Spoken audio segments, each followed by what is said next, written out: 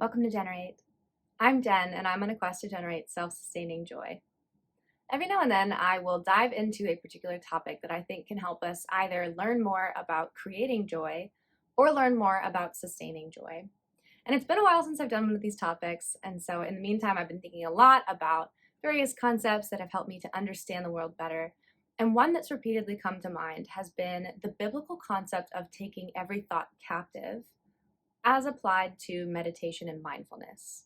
Now, what I intend to do with this video is not to give a thorough deep dive onto the biblical concept or the practices in mindfulness and meditation. But what I would like to do is to do a brief overview of both concepts and how they intersect with each other here. What I'll do is I'll explain some of the biblical underpinnings, and then I'll look at how to apply it through mindfulness and meditation. In other words, it's a way of taking the biblical concept and bringing it to life in our everyday action. So to begin, let's start with the verse itself. I mentioned the phrase, take every thought captive. This comes from 2 Corinthians 10:5. The full verse reads, "We demolish arguments and every pretension that sets itself up against the knowledge of God, and we take captive every thought to make it obedient to God." Now, I don't know about you, but this concept of making thoughts obedient to God is pretty difficult to grasp because thoughts are so abstract and our own behavior can be challenging to put in obedience to God. And so making our thoughts obedient doesn't seem to click for me. So in cases like this, and in this verse, it doesn't go on to explain how to make thoughts obedient to God. What we do in these scenarios is we look for other places in the Bible that may have the answers that we seek. So lucky for you, I've already done my research, and there is actually a section of the Bible that talks about what we should be thinking about. So if our question is, how do we make our thoughts obedient to God? Another way of rephrasing it is, what should we be thinking about? And we have the answers in Philippians 4:8 and 9. The answer is, whatever is true, whatever is honorable, whatever is right, whatever is pure, whatever is lovely, whatever is admirable, if anything is excellent or praiseworthy, think on these things. Whatever you have learned or received or heard from me or seen in me, put it into practice. Now, what I see here is a whole list of things that you can occupy your mind with in place of having to take your thoughts captive and wrestle them and make them obedient. We have an easier version of actually, instead of thinking about this don't do list, you have this do list. So let's put it into practice. Let's deep dive into each individual section of this verse in Philippians 4 and use it to help us better take every thought captive. What I'll explain to you is just one way to go about it. This is like a framework for you to build upon and to explore in your own way. If it's not fitting you, it's not going to help you. So it's important that you take what I explained to you and you customize it to make it work for you. Let's together, in our mind, enter a space where we are imagining ourselves meditating. It's a little meta, I know, but for the purposes of this, if you are in a meditative state and thoughts keep popping into your mind and you're having trouble taking them captive and making them obedient, the first thing you can do is work your way down the list to see, is this thought true? So, in a hypothetical example, I may fear that a friend is upset with me. I can ask myself, is this thought true? Is this fear based on evidence? And from there, I can spend time thinking about this thought and whether or not it warrants the time that I'm giving it based on its truth. Part of the reason why thoughts will come back into our mind over and over again is because there is some cognitive dissonance there and we haven't fully resolved that tension. This could be that you're giving a lot of mental energy to something that isn't true, and your brain is trying to explain to you, hey, this isn't clicking, this isn't working. So if you take the time to capture that idea, to think about that thought, honor it, and ask, is this true?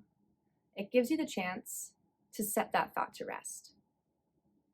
The next one is it honorable?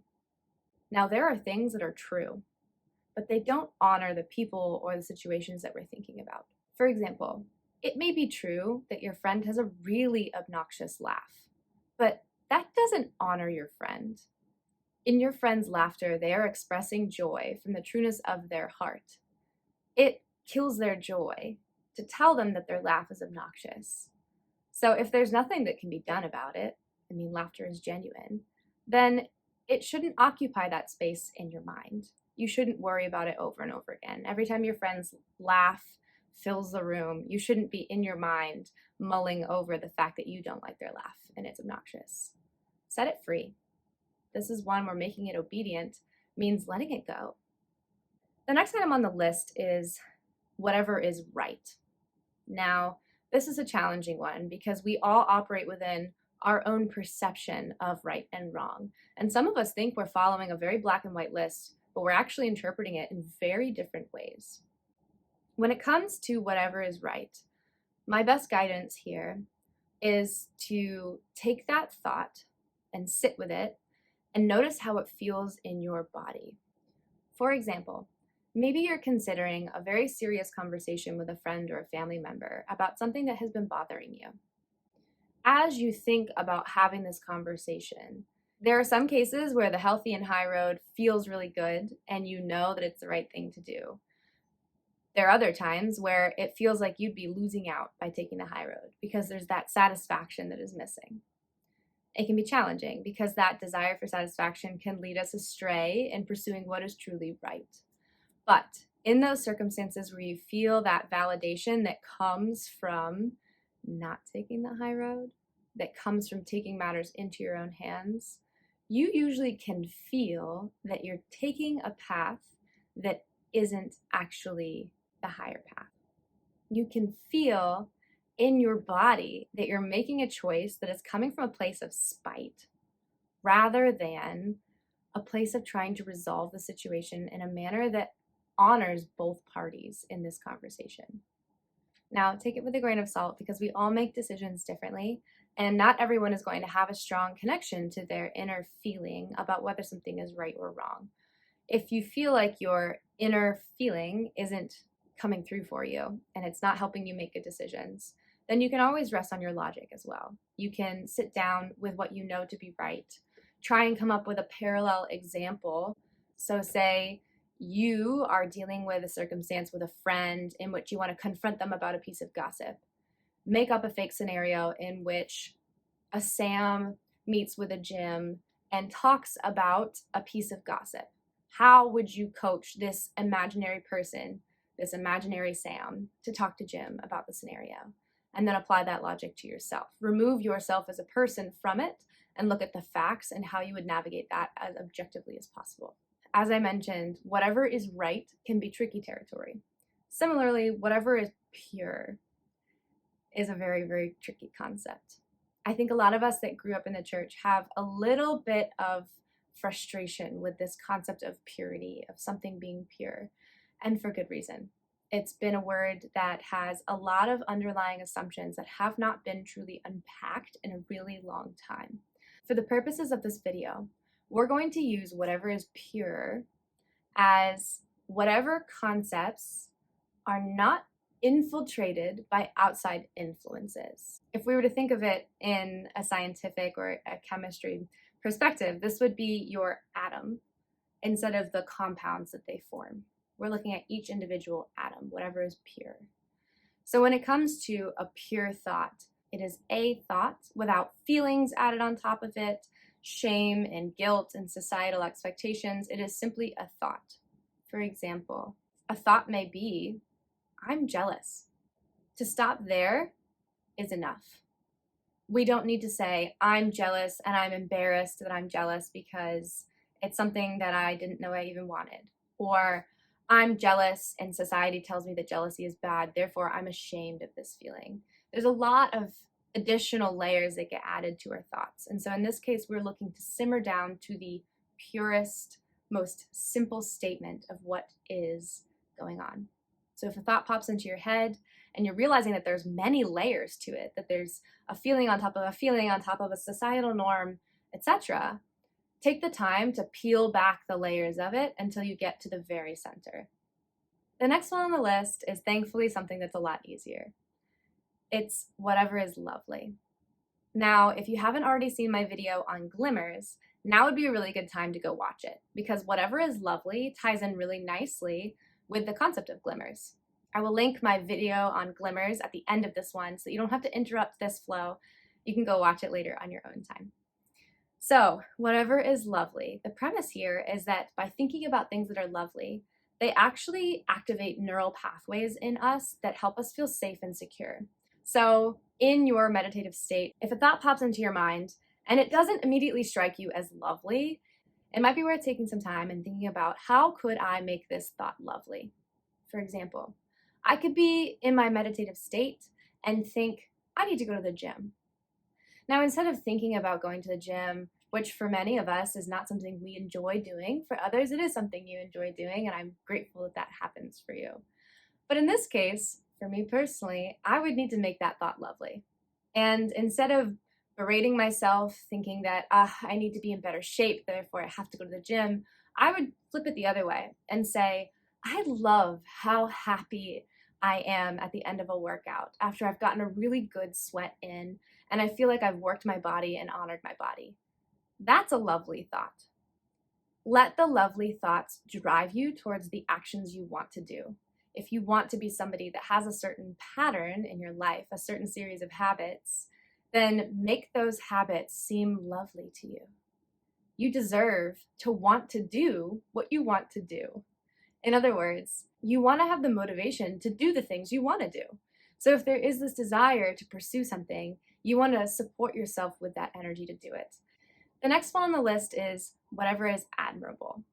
Now, there are some things that can be true, they can honor other people, they can be right, but they're not necessarily admirable. We want to keep our eyes lifted towards the horizon. If there's something that you admire, think about why you admire that person, that circumstance, that environment. Dig deeper into it. Because in some cases, we can look at something we admire and truly know that that is only admirable because we can't be that. And that's okay. Alternatively, we can look at something we admire and recognize that I can actually take some of those qualities and apply them in my own life without deviating from my authenticity. For example, you may admire a celebrity, and it could be the way that they dress, the way that they carry themselves, maybe it's their sense of humor. On one front, we may not be in a place where we can also be a celebrity. However, we do have the power to dress in a way that we think is admirable. We can work on our sense of humor. We can carry ourselves in a way that makes us proud. The qualities we see in that person we admire, we can think about and apply them to our own lives. Now, the final two things on the list actually come in an M- clause together. And it's not just exciting because it's in an M- clause, which I love. It's cool because it actually phrases it a little differently than the rest of the list. The rest of the list talks about whatever is. In this case, it says, if anything is excellent or praiseworthy. Think on these things. Anything. If you see anything out there that is excellent, if there's anything out in the world that is praiseworthy, meditate on it. Capture those thoughts. Think about them deeply. Why are they excellent? What went into making those things excellent? Why is it praiseworthy? What does this activity or this accomplishment teach us about what should be praised? Do we agree with that praise? There's so much to unpack here, and the best way to do it is in our meditative state when we're thinking about all of these thoughts that enter our mind and we're not judging them. We're simply unpacking them. We're giving them the space to teach us things about ourselves, to teach us things about the world. And the most important part about all of this actually comes at the end of Philippians 4:8-9. And it says, whatever you have learned or received or heard from me or seen in me, put it into practice. The best thing we can do when we try to take every thought captive, when we try to make our thoughts obedient to Christ, the best thing we can do is think deeply about them, to honor each thought as it enters our minds, and then take what we learn about our thoughts and we apply them to our lives. We want our lives to be true, honorable, pure, praiseworthy, all of these qualities. But in order to do that, we need to be very intentional about how we're proceeding through life. And being in a space of meditation and being mindful of the thoughts that are entering our mind is one of our greatest tools to doing so effectively. I hope this content resonated with you. It can be challenging when there's a biblical concept and it doesn't describe how to make it happen. And sometimes the approaches we have to making them happen don't always come in the next verse of the Bible. We have to look elsewhere to see what the Bible tells us on how to carry ourselves, and our brain can help us in this endeavor if we give it the space to do what it does best. And that is to think and think and think. As you have a thought, think on the thought. Pick them apart with this list we've talked about. And hopefully it can give you very actionable ways to apply this biblical guidance to your life. So that is just a general overview of the concept of taking every thought captive as it pertains to meditation and mindfulness. If this content resonated with you, I'd love to hear about it in the comments. Or if you have more questions or another topic you'd like me to pursue, I would love to hear those in the comments as well. Please like this video if you did like it. Subscribe to Generate for similar content. And hopefully I will see you in the new moon coming up in a week. May your week be full of joy.